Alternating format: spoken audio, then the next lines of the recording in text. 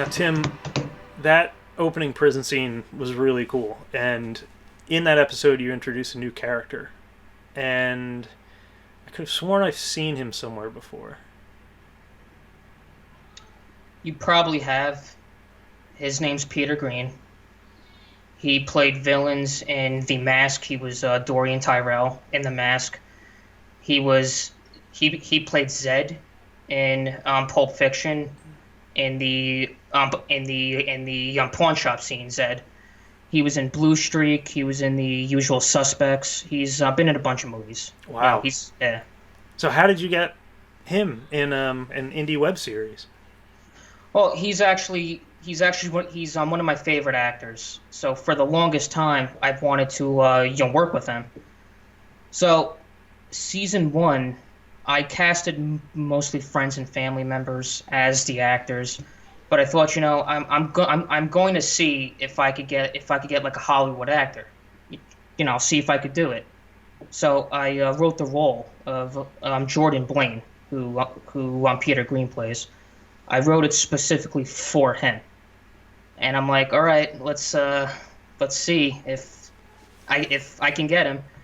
So, and I'm familiar with his acting style, the type of characters he plays. So I sort of tailor made the part for him. So when I was done with the script, I sent an email to his manager, and the manager sent Peter Green the script, and much to my surprise, he really, really liked it. He was a big fan of it, and he said I'm on. I'll do Wow. it. Yeah. So it I was like really nervous. So I wound up meeting with him, and we talked about the script. We set a shoot date. Um and it worked out. And so I was pleasantly surprised, and I'm very proud of it. So As you should yeah. be. And what did he Yeah. think entering your house and all of a sudden he was in a prison? Well, he was really surprised. He was surprised. He's like, "Oh, I thought." Well, he wasn't completely surprised. I told him beforehand we're shooting at my house, and he says, "Wait, we're not shooting in a prison?" I said, "No, we're shooting at my house on a prison set." He said, "Okay." Um, and then what ended up happening was he stayed at my house for the weekend, and so I like had him there all weekend. We spent all day rehearsing, and then we wound up shooting it. And because we spent all day rehearsing, Peter Green and the other actor Darius Elliott were just like on point. So we wound up shooting that entire scene in maybe 5 hours. Wow. Okay. Yeah, he had a lot of great things to say about the set and about everything, and I'm just like really glad that he thought as highly as he did about about everything. Sure. Because based off of like my experience alone, if you want to get like a high caliber actor like that, just like try and like write something that you feel would like really resonate with them.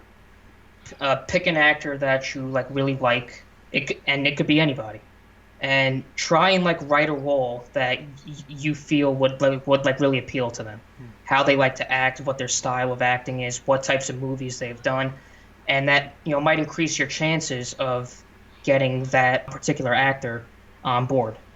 So Great that would tip. that would be my advice. Yeah. Great tip. Because, they say, um, I have a TV pilot that I'm Yes. shopping around, and one of the first questions they ask is, are there any names in it? And and it's like, well, everybody's got a name, but Yeah. not every indie film has a name. So I think if you have a project, that's a great way to go about it. If you really want something, say on a streaming service, that's what they're looking for. So if you do your research, if you look into these actors that and you're a fan of their work, the type of roles that they like, or you may be the person to say, you know, you're really good, but you don't often get enough of this, and I feel like you might like it, they might respond. Yes.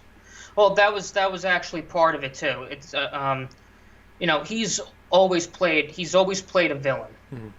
and I thought I would give him something that's sort of that's kind of similar to like what he's done, but I wanted to make it different enough where it would like really appeal to him. Mm. So he played a very emotional role here.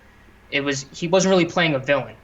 He was just playing a father who is a former crime boss, and now he's in prison, and he's got a lot of time to think. He's thinking about his son, so it was just a much more visceral role for him, and I thought he would like that. So I think it's a combination of like what they've already done and what they haven't done, and I'm trying like make a mesh, if that makes sense. For sure, and he showed a lot of range there, and obviously that was all written. So giving someone the opportunity to do a little more acting, maybe a little less of the typical, stand over here and now you deliver a line and now we focus on everyone else. Something more catered to them, I think is just going to help any actor. Yeah, I agree. And how did he, obviously he's a name, he's stepping into your house, your set. Did he have any contributions to the way everything turned out, or did he just really just riff off the script? Well, there was one. For the most part, he had stuck to the script. There were a couple of lines where he had kind of fumbled, and he just sort of like rolled with it. Like there was one line, I don't know if you remember it, but he was telling the story about the prison tattoo. Yeah. And he gets to a part in that monologue where he had to say cotton candy, but he forgot the line. So he's like that pink shit. What's that called? Like that. So there were a couple of lines where he had fumbled, but he still like made it work. There were a couple of lines where he sort of like reworded it a little bit. Right. But like 95% of that was the script, and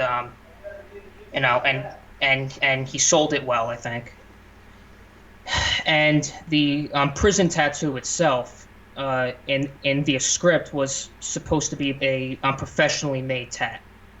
It was like an actual tattoo that you would get at like a tattoo shop. But he said, "What if this was a jailhouse tat? What if I got this while I was in prison?" Right. It would like lend a lot more meaning to the story.